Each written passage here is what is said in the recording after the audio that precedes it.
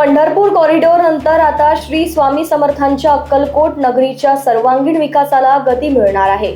अक्कलकोटच्या नियोजित विकासासाठी महाराष्ट्र गृहनिर्माण व क्षेत्र विकास प्राधिकरण यांच्या विशेष नियोजन प्राधिकरण म्हणून नियुक्ती करण्याचा निर्णय राज्य शासनाने घेतला आहे। या निर्णयामुळे मंदिर परिसर, पायाभूत सुविधा आणि भाविकांसाठी आवश्यक सुविधांचा विकास अधिक नियोजनबद्ध पद्धतीने होणार आहे।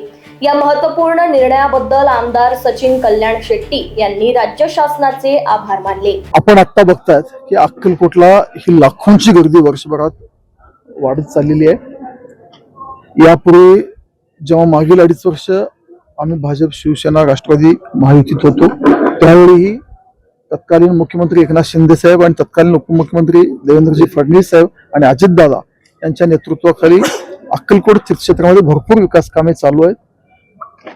पाणी पुरवठा असेल, भूमिगत गटर असेल, गावातील रस्ते असतील, सुशोभीकरण भरपूर कामे चालू आहेत। आणि या उपर मूळचं मंदिर विकास आराखडा जो होता, मंदिर आणि मंदिर परिसर, भाविकांचे पार्किंग असतील, भाविकांची राहायची सोय असतील, चौक सुशोभीकरण असतील, मंदिर परिसर असणार आणि सुरक्षिततेच्या दृष्टीनं काही जे उपाययोजना करायची, ह्याच्यासाठी मी माननीय मुख्यमंत्री महोदयांना विनंती केली होती की म्हाडाला SPA विशेष नियोजन प्राधिकरण म्हणून नियुक्त करा। आणि त्यानुसार माननीय मुख्यमंत्री देवेंद्र फडणवीस साहेब आणि माननीय उपमुख्यमंत्री एकनाथजी शिंदे साहेब या दोघांनीही त्याला सकारात्मक प्रतिसाद देऊन काल SPA म्हणून म्हाडाची नियुक्ती केली। साधारण 500 ते 700 कोटीचा नवीन आराखडा आम्ही आता तयार करत आहोत। म्हणजे अक्कलकोटमध्ये आज जे लाखो भाविक येत आहेत त्या सगळ्यांची सोय व्हायला पाहिजे।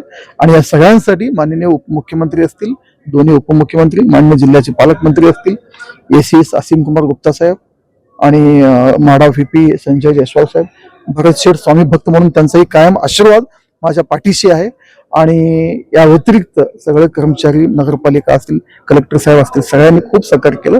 येणाऱ्या पुढच्या 2-2.5 वर्षांमध्ये अक्कलकोट एक सुसज्ज तीर्थक्षेत्र म्हणून आपल्या सगळ्यांना बघायला मिळेल, एवढं निश्चित वेगळं पाहायला मिळेल। चला, ब्युरो रिपोर्ट, लोकवाहिनी मीडिया, सोलापूर।